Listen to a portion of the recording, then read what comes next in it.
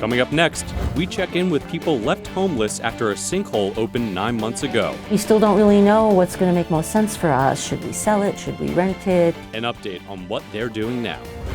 Plus, fighting back against an increasing number of football ticket scams. And an amazing show of support from a community center after the death of a high school football player. The Center County Report starts now.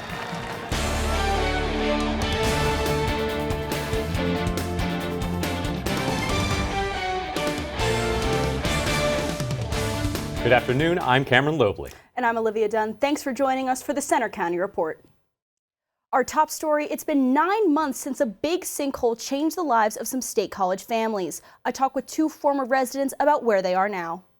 And so then began the long 7-month period of trying to figure out how much was the damage, who was going to pay for it, what needed to be repaired, when could it be uncondemned. It's been nearly 9 months to the day since residents at the Georgetown Townhomes and State College got an unwelcome Christmas gift. A sinkhole opened in their neighborhood, rendering 18 homes unsafe to live in. It forced families to evacuate before Christmas dinner.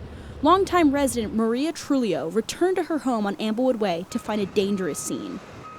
You know, something that you don't expect to come back from Christmas vacation feeling like, we have maybe 10 minutes to run in because the house still might collapse into a hole. At the time, it wasn't clear how long residents would have to wait to move back in. According to Trulio, she wasn't cleared to move back until August. Trulio and her husband were able to move to another apartment, but some of her neighbors did not have that luxury. I know a lot of our neighbors were not in that situation. They do have young kids, they do have pets, and we're left in an ambiguous state. Trulio and her husband still own their home, where they've spent upwards of $25,000 to $26,000 out of pocket on repairs and still don't know if they'll ever return. I'm standing right on top of where this massive sinkhole opened up back in December. Now, it's covered up in gravel as if it never even happened. But for some, the effects of this disaster are still being felt. When we counted it up, it was about $6,000 between hotel, food, incidentals, emergency moving costs, moving truck, boxes, all those things that we were not expecting to have to spend. Kay Pina also lived here. She's still suffering the financial effects that came as a renter. Pina, like Trulio, agrees that her and her small family could not wait that long for new housing. Now, I am a graduate student. I was trying to finish graduating, and then I also have a toddler. And so those really played a role in us wanting to provide a safe place and a permanent place. State Representative Scott Conklin announced a $180,000 grant for townhome residents affected by the winter disaster. Well, COVID cases are on the rise in Center County with 17 new hospital admissions as of September 9th. Here are the latest numbers available. The 70% increase from the previous week led to Mount Nittany Health's new mask mandate for all employees, which is effective through the end of the month.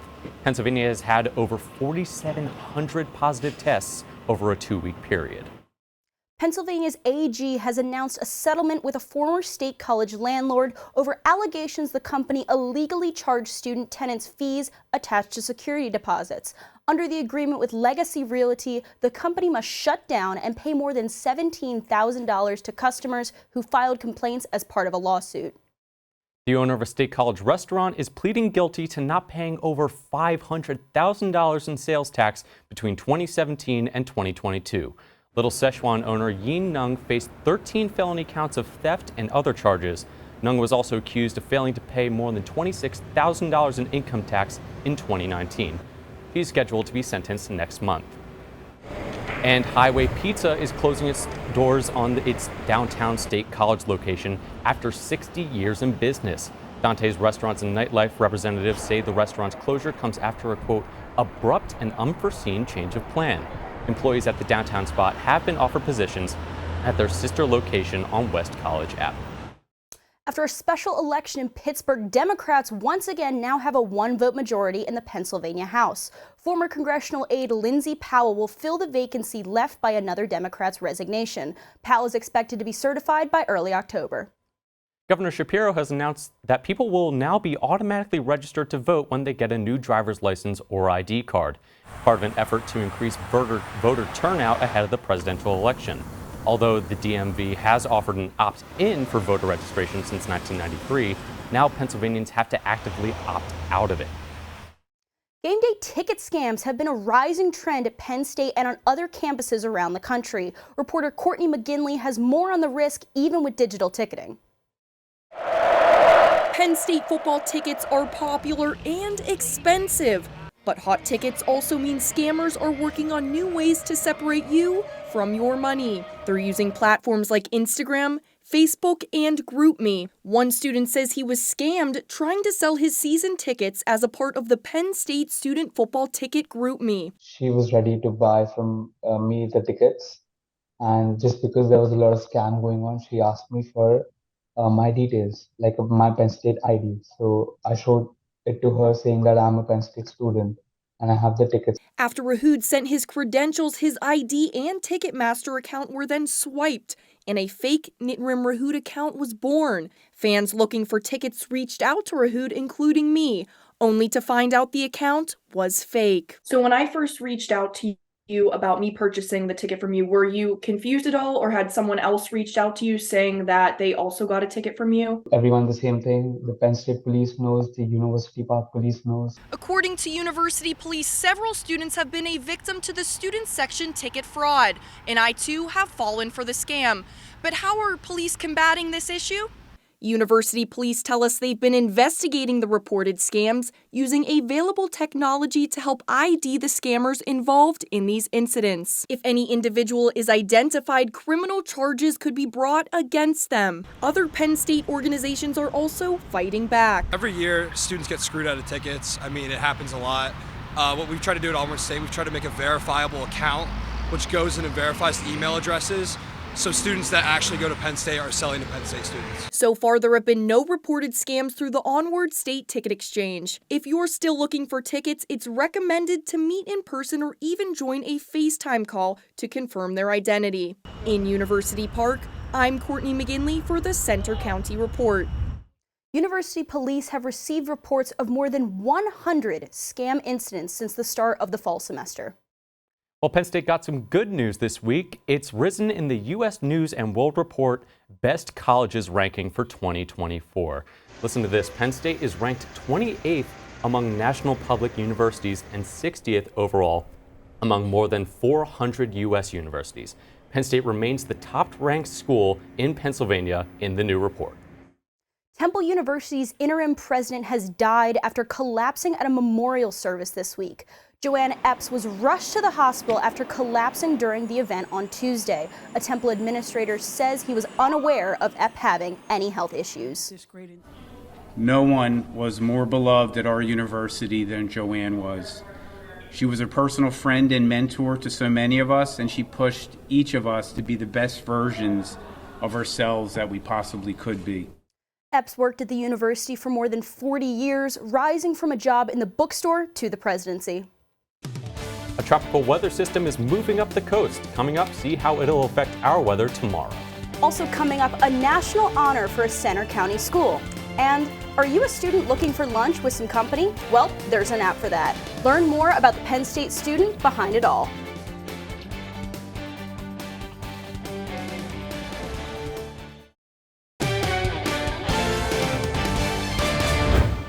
An elementary school in State College has won a national award from the U.S. Department of Education. Radio Park Elementary School is one of only 13 PA schools named as a National Blue Ribbon School. It's among the best performers on state assessments and national tests. This is the third time a State College area school has earned the award. They see each individual kid and they care about those kids and they want to see them be successful, and that's how you close gaps. The principal and some teachers are heading down to Washington, D.C. in November to accept the award. The State College Borough Council has voted to approve applications to the Home Investment Partnership Program. The borough is hoping for over $630,000 in federal grants that'll go to funding affordable housing projects. By 2025, they plan to build 2 apartments and a single-family home with the funds. Local nonprofit Center Helps is expanding its mental health services to the community. County commissioners are discussing a $30,000 increase to funding, which will help go to the suicide hotline. A vote to approve this funding increase will be held next Tuesday. A Penn State sophomore has created an app to help students avoid eating by themselves in dining halls. Reporter Shannon Tanzo talked with him to learn more. For many freshmen just starting college, one of their biggest fears is struggling to find new friends. Ryan Nair hopes to ease their worries with the creation of his app called Meet and Eat. It helps with first years and anyone who's new getting connected, making friends for the first time. During his first year, Nair noticed how dining halls were often empty and there were few people to sit with. That inspired him to take his original idea of giving students access to the dining hall menus and turn it into something bigger. It'll help a lot of freshmen establish a lot more friends and make the overall experience better to transition to. By the end of his freshman year, he won a competition at Penn State called Hack PSU, then went on to win the Swift Student Challenge, where he was able to meet the CEO of Apple, Tim Cook. When I met Tim, he thought the app was something that was already being used in the university. That's what he thought of it, so it was just a huge motivation. Meet and Eat has features including dining hall menus, hub dining options, and the ability to meet other students. You get a view where you can have a yes or no, and it's only up to 3 people a day, so people aren't picky. After answering a series of questions in the app, students are matched and able to eat their meals together here in the dining hall. With Meet and Eat now on the App Store, it may quickly make dining hall dinners a lot more fun. In University Park, I'm Shannon Tanzo for the Center County Report. How cool is that? With the project in the works since January, Meet and Eat is officially available to students at Penn State, Barnard, and the University of Georgia. Now, you don't really think of Center County as rodeo country, but the first annual Happy Valley Rodeo may change that opinion. The event was held last weekend at the County Grange Fairgrounds in Center Hall. The rodeo featured bull riding, barrel racing, steer wrestling, and tie-down roping. It was hosted by Delta Theta Sigma of Penn State.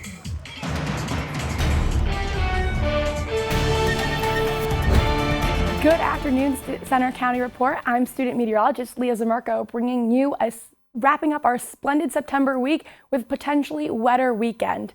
Looking over at the live cam at Beaver Stadium, we can see these clouds moving in for the afternoon. Temperatures around 61 degrees and calm winds are persisting. Looking at these clouds, we can see on the radar and satellite our tropical system over on the Atlantic, bringing these clouds up and into the Pennsylvania region for the next couple of days. Temperatures throughout the Commonwealth are spread around the 60s to low 70s, keeping State College in the central 61-degree mark. Looking into our futurecast for our whiteout weekend here in State College, we can see these clouds moving in throughout the afternoon. By 4:45 p.m., plenty of cloud coverage, but temperatures also on the rise with those breaks of sunshine coming through. Going forward into Saturday morning, we can see the rain making its way into the southeastern region of Pennsylvania, bringing showers with us for the game on Saturday. By 6:15 p.m., mid-tailgating time, right before kickoff, we have intermittent scattered showers, plenty of rain throughout the game. As we go into the second half and towards the end of the game, rain is persisting, making its way to the top of the state. That will be pushing through all the weekend through Sunday evening, where it will finally head to the northeast and stay up there for the remainder of the weekend. Now for our forecast for today, we'll have a partly sunny day, clouds and sun for your fall Friday, 69 degrees with winds from the east.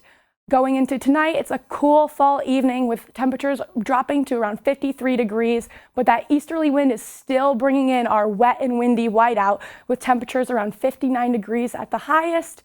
Putting this all in one big picture, we can see our Friday forecast, our 7-day forecast, bringing wet from the weekend into the early beginnings of the week, but then that sun comes back for the end and we'll have some moderate fall temperatures. So it might be a damper of a forecast for this weekend, but I'm still hoping for that whiteout win. Yeah, I think even with all the rain, we're going to see a lot of energy from all the students at the whiteout and everyone in the crowd. And I don't know about you guys, I'm really excited to see that fall weather coming at the end of the week. Absolutely. I mean, I'm a bit disappointed about that whiteout weather, but you really can't win them all. So appreciate you. Thank you, Leah. And now we're going to toss it over to Destiny with sports. Thanks, guys. Coming up in sports, whiteout conditions are on the way to Beaver Stadium. We look ahead to tomorrow's big game. And a community comes together to remember a football player after his sudden death.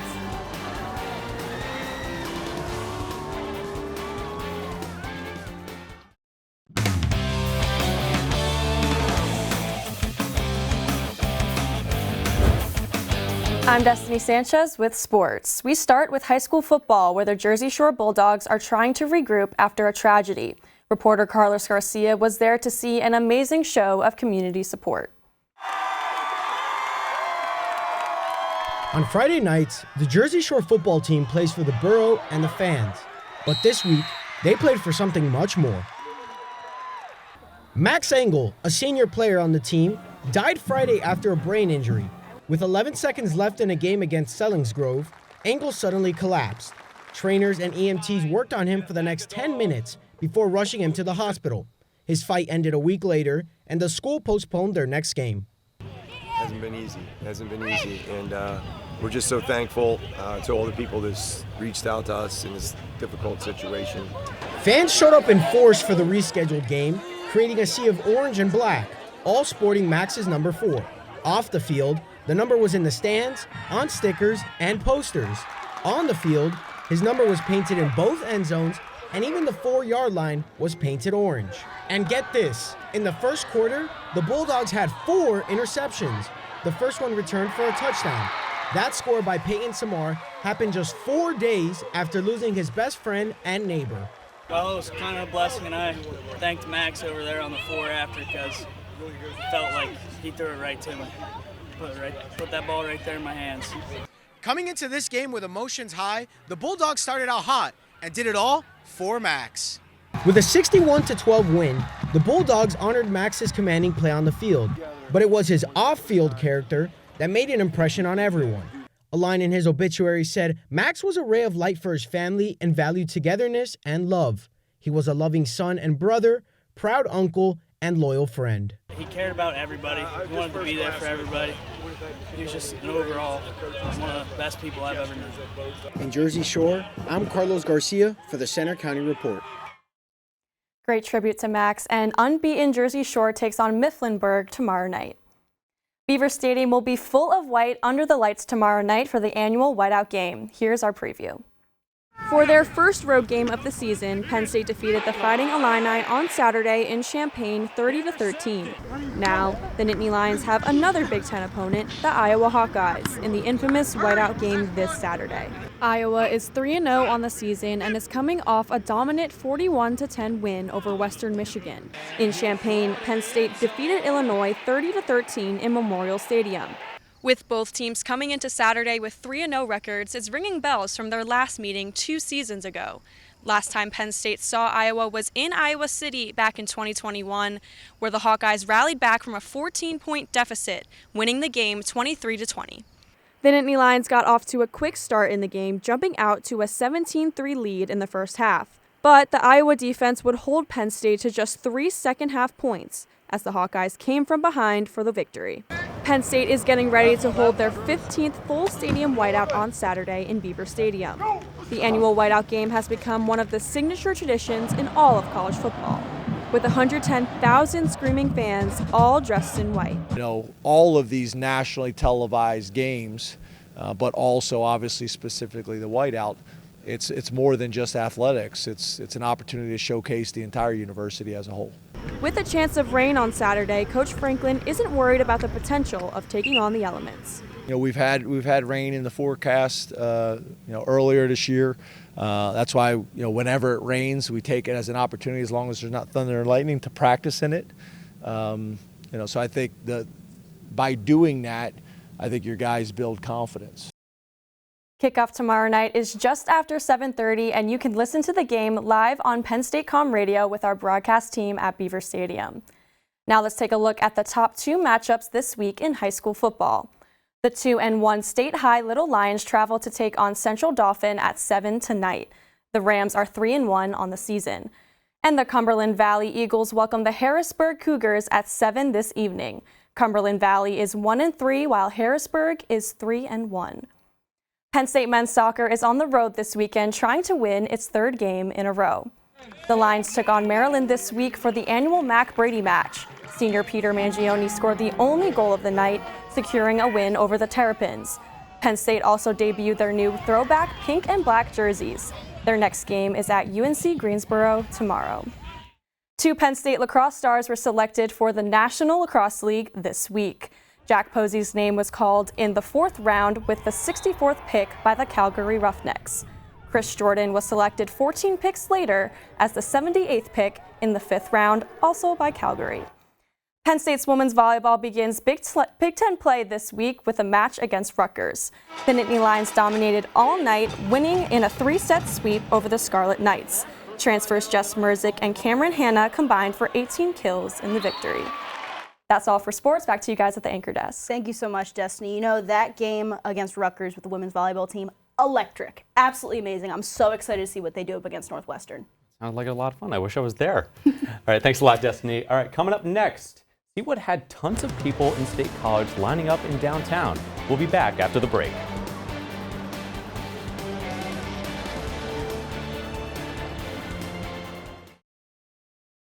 For the second straight year, a downtown State College restaurant is donating all profits from a full day to Penn State's Thon fundraising campaign. September is Childhood Cancer Awareness Month, and customers turned out on Tuesday at El Jefe's Taqueria to grab some food, with profits going to Thon, the 46-hour dance marathon raising money to fight childhood cancer. Thon volunteer Randy Garcia says it was a big success. I could say there's about 900 people that came over to us and credited to their donation, credited to their org, so that's pretty cool. El Jefe's raised almost $32,000 for Thon in just 20 hours from 2,400 customers. Thon is set for February 16th to the 18th at the Bryce Jordan Center. Man, great event for a great cause. All right, that's going to do it all for today's newscast. We hope you'll join us Tuesday for our next local news update. But you can always follow us anytime for breaking news on our Center County Report Twitter, X, and you can see our stories on our Facebook page and our website. Have a good afternoon.